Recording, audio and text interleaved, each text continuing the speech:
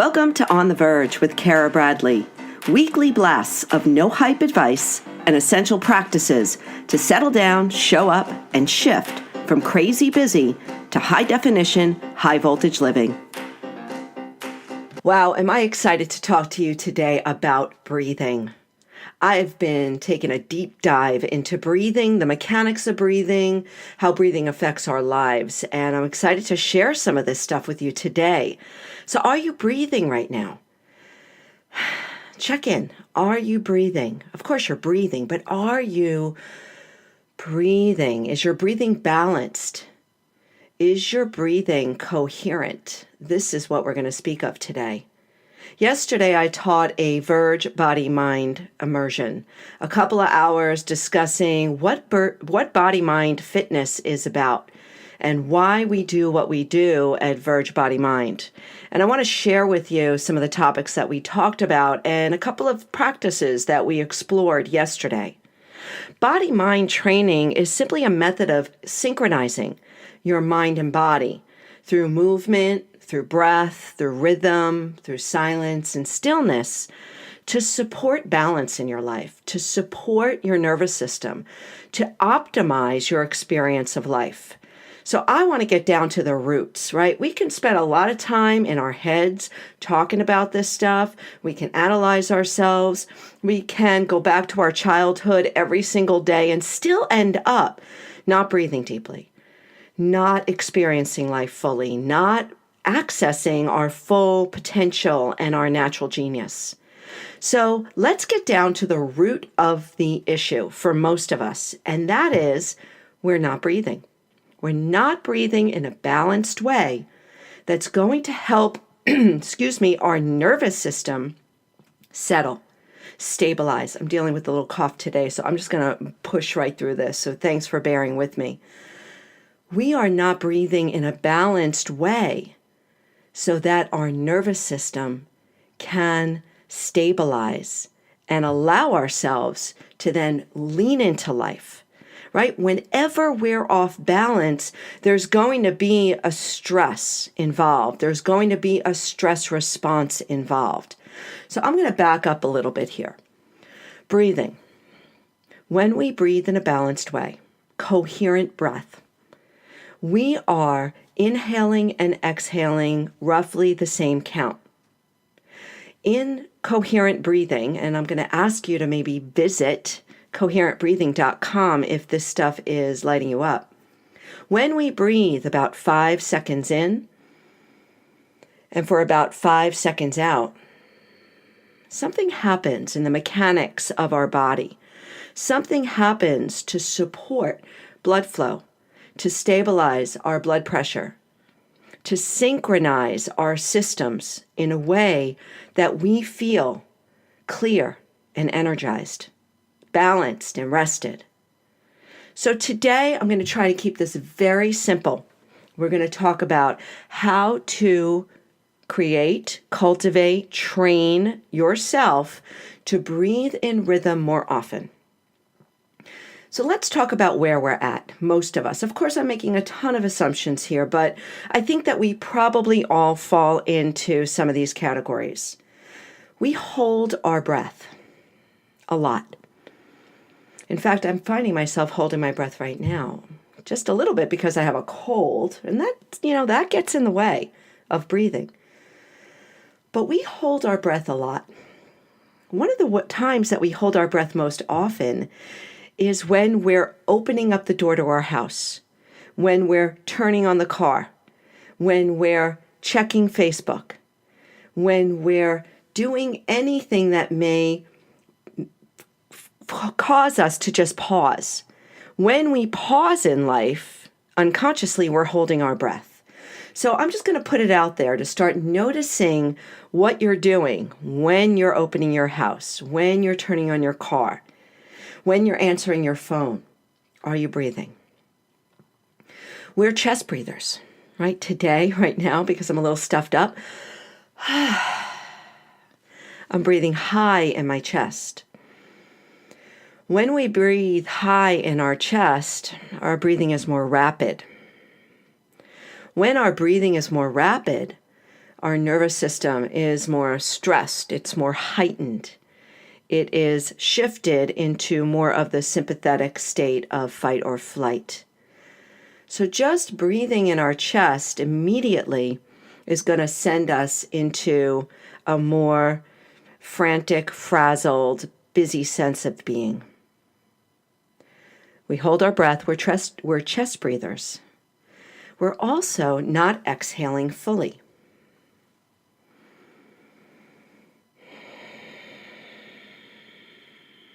Usually we're so excited, and I'm speaking from my own personal experience here. We're so excited to be doing stuff, right? Talking to people and doing things that we do in life, that we're not actually pausing to exhale. And because we're not exhaling fully, our diaphragm, our breathing muscle, gets weaker. It gets weaker as we age. We start off with pretty weakened muscles. As babies, we're just flopping around on our backs. And as we start to walk and become more mobile and become more fluid in the way that we move our bodies all day, these muscles strengthen. But as we get older, these muscles weaken without use. And so our diaphragm, which is really the muscle that moves our breath, that helps us to expand and contract with our breathing, it gets weakened like any other muscle. So we hold our breath. We're chest breathers. We're not exhaling fully. And what happens because of all of that is that it causes us to remain in a state of stress. So here we go into a little bit of anatomy. I promise to keep this super simple because I'm super simple anyway. I'm not a biomechanic by any stretch of the imagination. When we're breathing, when we inhale, our heart rate actually goes up. Our heart rate goes up as we inhale, and we enter into the sympathetic nervous system response, or the fight or flight response. We become aroused and alert when we inhale. Everybody just take an inhale right here. Feel yourself maybe lift your chest and stand up a little more upright. When we inhale, we heighten our heartbeat. When we exhale fully, our heart rate decreases. When we inhale, it goes up. And when we exhale, our heart rate goes down. Okay, so when we inhale, we shift into the sympathetic bias, it's called, the stress state where blood pulls into our extremities, because in that fight or flight state, we've got to be ready to do whatever it is our body's getting ready to do, which in the long time ago, it was run away from the animal or jump over and climb the tree. And nowadays, it's more just heightened stress because we're perceiving something is going to go wrong, or somebody cuts you off on the road, or you hear a loud noise. So even in an inhale, we are tapping into the sympathetic state. Stay with me here. I'm almost through this. On our exhale, we shift into our parasympathetic response, which is our rest and digest. That's when the blood pulls back into our organs, into our digestive tract, reproductive organs. And that is where our body really starts to do its work that it needs to do to keep us vital and healthy. So when we inhale, everything goes out, and when we exhale, everything pulls back in. So if all we're doing is inhaling and exhaling very slightly, we're never really getting to the bottom of the barrel, so to speak. We're never really allowing everything to come back in and for us to initiate or activate the parasympathetic, the rest and digest response. Okay, bank that or throw it away. What I'm talking about is your heart rate variability, your HRV. If you haven't heard this term, you want to get to know what this is about, because there's a lot going on with HRV these days in the fitness world, in the health world, in the world of psychology. Our heart rate variability is the difference between your heart rate at your inhale and your heart rate at your exhale. So let's all breathe together right now. Inhale. Heart rate's going up. Exhale. Heart rate's coming way down. As you balance that breathing, and as you deepen your breath to an optimal place for you, the height of your inhale and the descent of your exhale is going to be pretty big. It's going to be a maximum. That's your heart rate variability. That's what's called your amplitude. And that number can indicate a lot about your health and well-being. That's it. How your breathing affects your health and well-being. Because your breath affects your nervous system. Your nervous system sends the messages to your brain, which then stimulate response, thought, emotion. So really, when it comes right down to it, the way we're breathing directly relates to the way that we're feeling. In fact, some say that every emotion and every type of thought has a correlated breath pattern. Is that fascinating? Every thought, sadness has its own type of breathing pattern. Anxiety, own type of breathing pattern. So we're becoming familiar here with the way that we're breathing. And this is key. We spend a lot of time, folks, a lot of time and money working on our bodies, training our bodies to be fit and strong and healthy. We spend a lot of money and time training ourselves to understand the skills that we need for our job, developing our skill set and improving our performance and taking on new activities and new hobbies. We spend very, very little time noticing actually the just most fundamental, essential functions of our body and our mind. I spoke about that last week in Meet Your Mind in that short podcast. Get to know your breath and how you're breathing. Okay, so here's the how. I gave you a lot of the why, the what. Here's the how. If you can start to notice your breath every day, at different times in the car, when you're eating, in the moment between tasks, starting to pause to take note and to take a few deep breaths and to see if you can start to have a couple of little coherent breathing practices in your day. The coherent breathing, where you're inhaling for 5 to 6 seconds and exhaling for 5 to 6 seconds, will help you to start to condition your body, your muscles, your diaphragm, to breathe in this balanced way.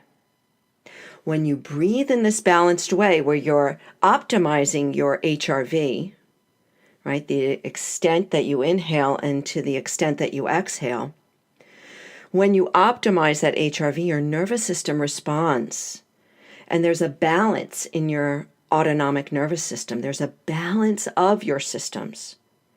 When there's a balance in your systems, the response from your nervous system to your brain becomes more balanced, right? Perhaps calmer, more relaxed, more alert, clearer, more energized. So this is about fine-tuning. I don't know about you, but I want to fine-tune. I want to get underneath all of the junk and really get down to the source, to the root of the issue. For most of us, the root of the issue is we're not breathing. Our breathing is not balanced. So, 1, start to find pockets in your day where you can start to notice your breath. So let's do that right now just for a moment. We're going to breathe for 5, 6 seconds, 5 to 6. It's just going to depend. I'm also going to give you some resources on where you can find out more information, some practices online to help guide you. Here we go. Inhale, 2, 3, 4, 5. Exhale, 2, 3, 4, 5. Inhale, 2, 3, 4, 5. Exhale, 2, 3, 4, 5. Inhale, 2, 3, 4, 5.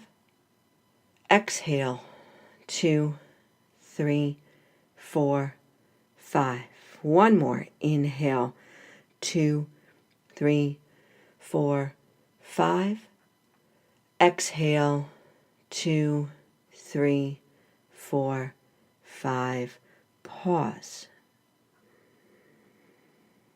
Just notice.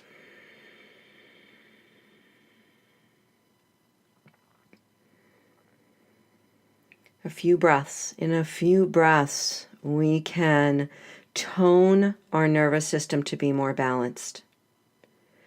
We're shifting from just chest breathing and breathing up high so that our heart rate stays high and we stay kind of hijacked up in that stress response, to breathing in a way where our heart rate is high on the inhale and now deep and lower on our exhale, and then higher on our inhale and lower on our exhale. And this creates this wave that is very fluid and flowy, and our nervous system really likes that. We become more balanced, and from that state of balance, everything functions better. Not only our physical body, but the way that we perceive emotions and thoughts, the way that we ruminate, the way that we react. So here are some tools for you. Stress Doctor, fantastic app. I've been using it for about, I think it's at least 2 years, almost 3 years now. Stress Doctor, I think it's just a small fee. It's on your iPhone or I'm sure it's on Android. Put your finger on the little camera light, takes your heart rate. It has these great graphics where you can start to monitor your HRV. And every time you get into this balanced state where your HRV is in this optimal state, you get these little yin-yang signs. It's like a little coin to tell you did it. It's pretty cool. I love it. Another option, coherentbreathing.com. Stephen Elliott, he's got some great stuff, really, really solid information on his website.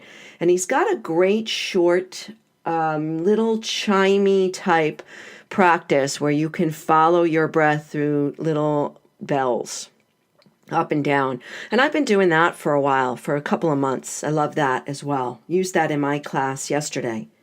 Lastly, The Healing Power of the Breath, a fantastic book. Richard Brown and Patricia Gerber, and they have a great CD at the back with, again, these practices. We can tone and strengthen the way that our body breathes. And this is getting to the root. We could spend a lot of time and a lot of money up at the surface, or we can get down underneath it all, the thoughts, the emotions, even all the physical training, and start with the basics, the fundamental way that we breathe. Strengthening our diaphragm, strengthening our capacity to breathe in this coherent way. When your body is calm, your mind will be calm. Our nervous system and our mental state are directly correlated. So we can't think our way to calm. We can't make ourselves stop feeling sad, right? We can't force that stuff to happen, but we can change the state of our nervous system. And we do that through breathing. I hope you take away something from this. I really look forward to hearing from you, and there will be more, because let me tell you, I'm on fire about this stuff right now. Take care. If you're feeling fired up from this episode, please share it with a friend and review this podcast on iTunes and Google Play, and help me help more folks show up for their high definition, high voltage life.